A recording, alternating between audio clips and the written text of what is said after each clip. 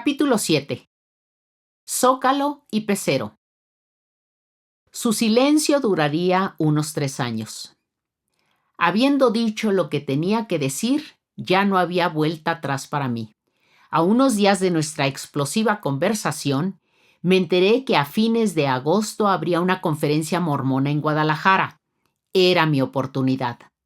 Mientras hacía una pequeña maleta, mamá lloraba, rogándome que me quedara.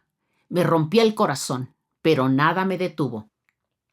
Con mi hermana y 2 amigos nos fuimos manejando desde Provo hasta Tierra Tapatía, donde solo estuve un par de días. Le expliqué a Vicky que me urgía llegar al Distrito Federal, pues seguramente el ciclo escolar estaba por iniciar. Al abordar el bus, ella también lloró y me pidió que desistiera. Nos despedimos con un cariñoso abrazo. Con unos 7 millones de habitantes, apenas entramos, me quedó clara la vastedad de la capital. En mi primera visita con el grupo del IMSS, no había prestado atención a las áreas periféricas. Al salir de la terminal, pregunté cómo llegar al centro. Me dijeron que tomara un pecero al Zócalo. Ambas palabras eran nuevas para mí, como yo para ellas. Llegué y me sentí abrumada por la grandiosidad del conjunto. El Palacio Nacional, la Catedral, el Ayuntamiento, los hoteles y las joyerías con brillantes pulseras y arracadas. Entre gritos de vendedores ambulantes, caminé por calles aledañas, con nombres de países sudamericanos. Al caer la noche, busqué dónde dormir. En la calle de Perú entré en un hotel con una mesa de lámina. El recepcionista me informó que la habitación costaba 12 pesos con 50 centavos, es decir, el equivalente a $1, lo cual me vino muy bien, porque mi único capital se reducía a unos $100. El curso de Aeromoza y mis desenfrenadas compras de ropa durante el último año en Provo habían mermado mis ahorros. Le dije que viviría allí varias semanas. ¿Usted quiere quedarse aquí tanto tiempo, señorita? ¿No estará confundida?, me preguntó. No, señor. Está en el centro, me gusta el precio y me quedo, confundida o no. Ya desde el minúsculo cuarto, donde apenas cabía algo así como un catre, empecé a ver que llegaban chicas con señores, como las que poblaban la ya lejana calle Coahuila. Las paredes eran muy delgadas y no cesaron los ruidos de las habitaciones vecinas, pero me tenía sin cuidado estar en un hotel de paso, que mi maleta contuviera apenas unas cuantas prendas, la inmensidad de la urbe o el hecho de que aparte del recepcionista no conocía absolutamente a nadie. Realmente nada me importaba, porque por primera vez en mi vida era libre. Durante meses, ese hotel fue mi hogar. Azar me había recomendado la escuela de arte teatral. El hotelero me dijo que no sabía dónde estaba, pero me sugirió que preguntara allí cerca en el Palacio de Bellas Artes. Llegué temprano al majestuoso edificio. Nunca había visto tanto mármol. Una señora de limpieza me dijo que allí era donde bailaba el ballet folclórico. Finalmente, otro trabajador me explicó que al fondo de Paseo de la Reforma, atrás del Auditorio Nacional, había salones de quién sabe qué. Por segunda vez, tomé un pecero y encontré la escuela. Las clases todavía no empezaban. Los pasillos estaban oscuros, pero allí estaba el director. Me presenté a Marco Antonio Montero, renombrado dramaturgo y creador teatral, según me enteré después. Sin omitir detalle, le conté mi odisea para llegar desde Provo, Utah, a su oficina, con la firme decisión de inscribirme. El funcionario no daba crédito. Abrió un cajón y sacó unos documentos. Me dijo que los exámenes de selección habían concluido meses antes, pero que estaba tan impresionado con mi historia que no era necesaria ninguna prueba, que firmara y me presentara en una semana, para empezar los cursos. No podía creer que en mi segundo día en la ciudad hubiese logrado mi propósito. Estaba tan emocionada que seguramente llegué flotando a mi hotelito de mala muerte. Definitivamente, la fortuna siguió conmigo. Mi profesor inicial fue el multifacético Ignacio Retes, extraordinario director, promotor cultural, dramaturgo, guionista y actor. Siempre con cigarrillo entre dientes y ajustándose las gafas con el dedo medio, nos describía su pasión por el teatro y cómo había dirigido Los Cuadrantes de la Soledad, de José Revueltas, con escenografía de Diego Rivera. También hablaba de su experiencia como director de la red de teatros del IMSS, la más grande de Latinoamérica, donde promovió la apertura de una 30 de foros. Me embelesaba. Por medio de las improvisaciones fui aprendiendo principios actorales. Sin embargo, el gusto duró muy poco, porque a los 3 meses nos informó que al regreso de las fiestas navideñas ya no estaría, pues tenía un contrato en el extranjero.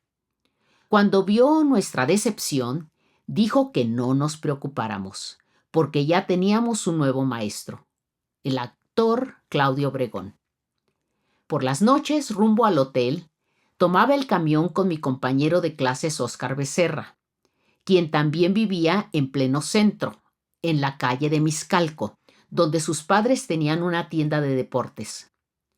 Como mis $100 ya se estaban evaporizando, me sugirió que pusiera un anuncio en el periódico para ofrecer clases de inglés a domicilio. Para recibir las llamadas de los interesados, podía dar el número telefónico de su familia. Además de anotar los datos de las personas, doña Belén, su madre, me prometió sondearlas para ver si le parecían decentes, para que yo no corriera ningún riesgo. Su incondicional gentileza me permitió iniciarme como profesora. Mi rutina empezaba a parecerse al acelere de la ciudad, que poco a poco fui conociendo. Por las mañanas daba clases, ya fuera en Iztapalapa o en la Colonia del Valle.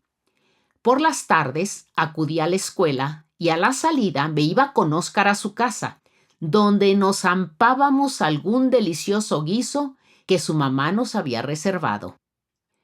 Cenábamos en compañía de Yoya y Leti, sus hermanas, con quienes tengo una entrañable amistad. Óscar, mi amigo del alma, falleció hace años. Lo sigo extrañando. Los Becerra fueron mi primera familia en México. Siempre estaré eternamente agradecida por su amor.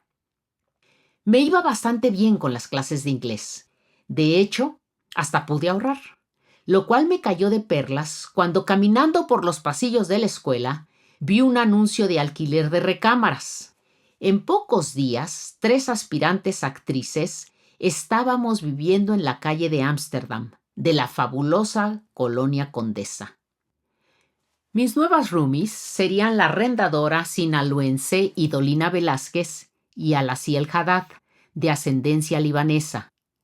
Éramos las implacables mosqueteras y hasta la fecha siempre nos seguimos frecuentando. En pocos meses, la dueña del edificio, que ya era mi estudiante, me ofreció un pequeño departamento que le pagaba con clases y algo de efectivo. Lo tenía todo: trabajo, escuela y mi propio espacio. En aquellos años, el país se encontraba al final del periodo conocido como el Milagro Mexicano. Entre mediados de los años 40 y principios de los 70, se experimentó un sostenido crecimiento demográfico, económico y cultural. Según estadísticas oficiales, la economía crecía a un promedio de 6.2%, mientras que la inflación era de 2%. Se construyeron masivas infraestructuras de comunicación, salud y educación, al tiempo que aumentaron los puestos de trabajo y los salarios. México pasó de ser una sociedad rural a una urbana. Todo eso le permitió a algunos sectores de la población alcanzar un grado de bienestar inédito. Por supuesto, eso no significaba que millones hubiesen salido de la marginación. Con el paso de los meses, percibí esa atmósfera de prosperidad entre las clases medias, pero también vi las grandes desigualdades. Unos pocos tenían mucho y muchos casi nada. Después de mis años de confort en Utah, me resultaba difícil comprender la crueldad de tantos contrastes. Me tomó tiempo, pero fui captando el precio que los mexicanos venían pagando por ese progreso. Para una joven que pensaba saberlo todo, pronto me di cuenta que no sabía nada de mi país. Por ejemplo, ni siquiera conocía los nombres de los partidos políticos, mucho menos quién le había hecho qué a quién en décadas pasadas. Mis compañeros de clase se convirtieron en mis guías. Me informaron de la masacre de estudiantes, profesores y demás manifestantes en la Plaza de las Tres Culturas en Tlatelolco, el 2 de octubre de 1968. También me enteré de embestidas más recientes, como la del jueves de Corpus Christi, conocida como el Halconazo, el 10 de junio de 1971, solo 3 meses antes de mi llegada, donde se supo que habían muerto 42 estudiantes y 200 resultaron heridos. La vida sucedía a mi alrededor y no estaba segura de cómo entenderla. Tal como Retes nos había anunciado, a partir de enero de 1972, Claudio Obregón fue nuestro maestro de arte dramático. Tenerlo era un verdadero lujo, pues contaba con una prestigiada trayectoria y acababa de filmar Reed México Insurgente, adaptación a cargo del director Paul Leduc del libro sobre la Revolución Mexicana, escrito por John Reed, intrépido reportero estadounidense que cubrió múltiples batallas armadas y simpatizó con la División del Norte de Francisco Villa. Bajo la tutela de Obregón, mis intereses teatrales darían un vuelco inesperado. Estaba tan ocupada aprendiendo cosas nuevas que no me di cuenta de que en mi círculo inmediato se estaba acercando una importante decisión, ante la cual iba a tener que posicionarme.